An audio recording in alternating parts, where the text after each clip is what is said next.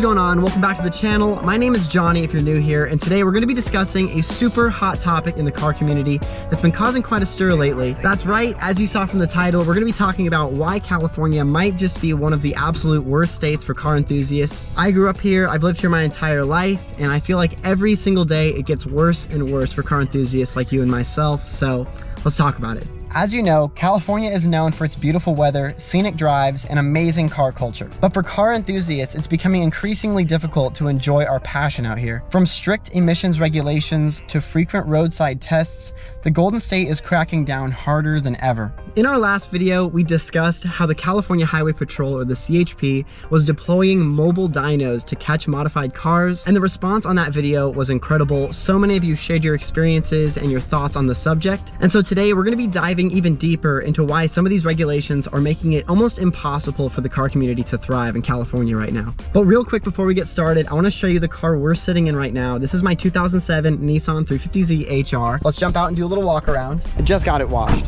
Here it is, the 2007 HR. We have it painted in San Marino blue. We actually just recently got it painted if you're new to the channel. The original color was San Marino blue, but honestly, it was looking pretty bad. So I actually went and got it repainted at the Shop Motorsports, which is a local paint shop I actually worked at here in Temecula. And they did an absolutely amazing job. Everywhere I go, I get compliments on this car, especially because you just don't see them in this color. Only 1.7% of all Nissan 350Zs were actually painted in this San Marino blue color. So super awesome, super rare. Almost as rare as a Nismo, which is pretty cool. I do need to get badges though. I actually don't have my badges yet, which honestly, it's kind of a thing now. It's been so long. I don't know. It's kind of cool having it debadged, but we definitely need badges.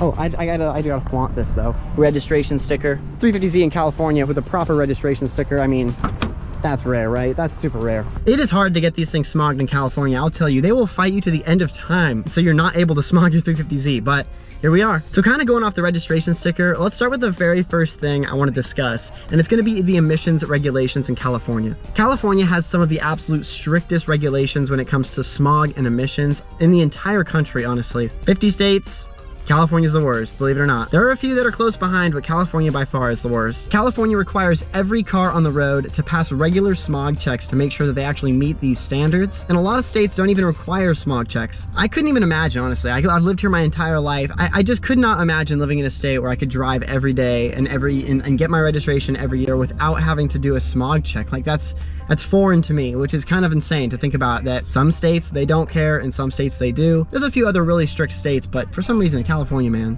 they're just out to get you, honestly. And so for many car enthusiasts, this means undoing modifications you've done, or not even doing mods in general, just because you're worried about the smog checks, and because if your car is older than 8 years old, so let's see, if you bought a brand new car 8 years ago, this would be the first year you have to get a smog to get your registration. Older than 8 years, every 2 years you need to do a smog check before you can register your car. They mandate it. It's a thing. So if you want to modify your car, it has to meet emissions regulations, and if it doesn't, you're probably going to fail the test and you can't get your registration, which means you can't drive the car on the streets, which is insane. So, and like I said, if you already have a bunch of mods on your car, this could mean stripping your car of all those mods just to get your car smogged and then having to put it all back. And the most unfortunate thing is that a lot of people's cars these days, whether you're modified or not, some of them don't even pass smog just because of how old they are. Not everyone can buy a new car or even a fairly recent car. Like a lot of people I know especially are driving cars from the 90s, even the 80s still. The cars are still running, and they didn't introduce smog until I think it was 1976. So if your car is older than 1976, you don't actually have to get it smogged whatsoever, which is amazing because there's a lot of cars out there that were like 75, 74, and you know, they have some of the technology from the 70s cars and you don't have to get it smogged yet. So those are really desirable, honestly, in the car community. But any year after that, you have a 76 and up, or 77, I guess it would be, you have to get your car smogged, which is kind of unbelievable. Like what happened in that 1 year? Some paperwork somewhere was signed and the rest is history, basically. And if you saw our last video, the CHP has been deploying these mobile dynos. They just ask you to pull over and you have to jump up on the dyno, and they put the sniffer in your exhaust, and if it's, producing too many emissions, or you don't even have your catalytic converters on there because they were stolen or something, you can fail smog on the spot and you kind of get state refed and you can't drive your car until you fix it. And I don't know about you, but I've looked at the cost of a catalytic converter for the 350Z at least, and there's 2 of them, and they're $600–700 a piece. I mean, who has the money to drop over $1,200 on catalytic converters just so you can drive your car that runs completely fine, but because it doesn't pass emissions regulations, you cannot drive it, or they will literally either take it from you, or you get state refed and you drive straight home and you have to park it until you get it fixed, which honestly, it's a headache. Good luck getting to work. Like, there's so many things that can go wrong if you don't have your car. I mean, people's families depend on them having a car and stuff like that. And to think that there's states in the US that don't even consider smog checks, like they don't even talk about them, it's not even a thing, is so unbelievable to me. It's like, do they have different air than we do? Is the atmosphere different? Like, I just don't get why it's so important here and then other states it doesn't matter. I would assume the population of California being one of the biggest in the country, obviously there's a lot more cars on the road than out in some of those states. So maybe that's why it's like, if no cars at all were meeting emission standards, the environment would just be done for. But like, I've heard that cruise ships, like a cruise ship every year will create 1 million cars worth of emissions and smog and stuff just sitting on the ocean. And don't get me wrong, I love a good cruise every now and then, you know, like Carnival cruises are amazing, but I mean, that's a lot of cars, honestly, that I just, you know, it's a big deal. It's a big deal. So it just seems with the mobile dynos and honestly everything, I've been pulled over like, I feel like 3 times in the last 6 months for my exhaust, and it's like, it just seems like they're more aggressive than ever before. I'm sure it's for good reason. You know, you could hope it's for good reason, but it's just hard to know. It's just hard to know. And I feel like I've seen a lot more police on the road lately. I mean, it's great. Like, if you're not breaking the law, like, or if you're not a car enthusiast and you're just trying to live and raise your family, I mean, having police everywhere is amazing because like they're there to protect you. And there's nothing, I have nothing against police whatsoever. They've helped me so many times, but it's just when it comes to being a car enthusiast, and this is my passion, and you know, they're like this invisible wall between me and my passion. It's just unfortunate, honestly. It's just unfortunate, but it is what it is. It's the rules. Let's start the car. Let's go for a little cruise. Let's drive around, because this car, just sitting in it, it's kind of, honestly, it's just more fun when I'm driving. So, and we're gonna talk about 2 other things that honestly California, they're kind of cracking down on, and it's unfortunate and it's annoying, but they are doing it, and we have to either comply or move to Texas. In my last video, I had like 40 comments out of 200 were like, move to Texas. Texas seems to be the option for car enthusiasts these days. All right, I mean, it's so nice out right now. I guess that's why we're paying so much. It's still so much money, God, crazy for weather. All right, so the second thing I wanted to talk about was gonna be insurance rates and legal costs, because if you live in California, you know what I'm talking about. You've registered your car this year probably. I paid $154 to register the Miata, a 33-year-old car that I paid $2,500 for, $171 for the Red Z, and $175 or $176 for the Blue Z, the one we're in right now. It was $500 to register my cars. Like, that's just the fee, like the amount it costs to drive them on the road. That's not paying for gas, that's not paying for insurance. Oh, almost didn't see that stop sign there. And then everything else, so besides, you know, my $154, there's also a $60 every 2 years smog check I need to do. So every 2 years, it's actually $210, and for the Z, it's actually $230 or something.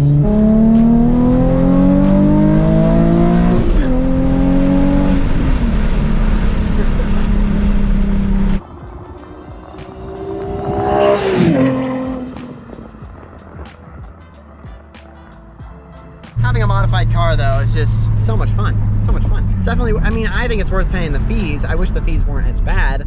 Like I said a second ago, everyone just tells me that I need to move to Texas if I still want to enjoy these cars.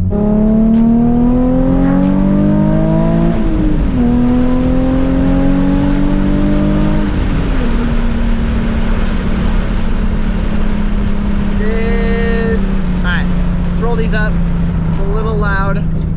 Another thing, insurance costs. I mean, insurance is really expensive in California for some reason, which makes it almost impossible to be a car enthusiast. Like, on average, I saw the average insurance cost for a person in California was like $2,200 to $2,600 a year. That's a few $100s per month. So, and that's just talking about normal cars. Like, modified cars tend to have higher insurance costs just because of perceived risk. A lot of people try not to let their insurance companies know that their cars are modified, but that's kind of insurance fraud, to be honest with you. So obviously the rules and regulations, the book is pretty big. Like, it's a big book, and that's in there too.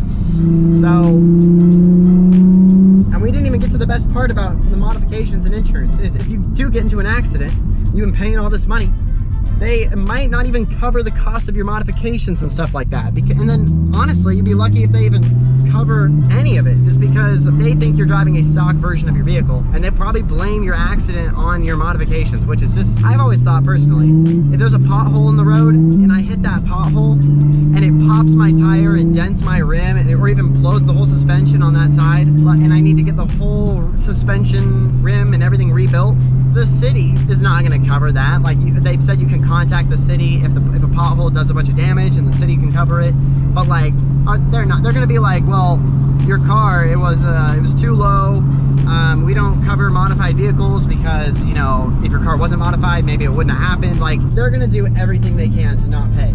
California, man, California. And the last thing I want to talk about, all of this stuff is having a huge impact on the car community. No one wants to be a car enthusiast anymore. I see it all over TikTok, all over my YouTube shorts. Like, people are either leaving California to be car enthusiasts, or they're selling their cars because they just don't want to deal with the police anymore. And I understand. Like, I don't know if I'll ever sell my cars, and I love California, so I'll probably do whatever it takes to comply, but there's a lot of mods I would love to do that I feel like I'm missing out on because I live in California. So, and I've heard people say, well, like, just move out of state, get your license in a different state, and then come back. You know how hard that is? You need your cars registered in that state also. You need like a residence in that state, or you can prove that you're living out there, and that's why your cars are registered out there. Like, there's just so much that goes into that, and I'm sure it can be done. I know, like, Daily Driven Exotics, they get out of pretty much everything because their cars say they're from Canada.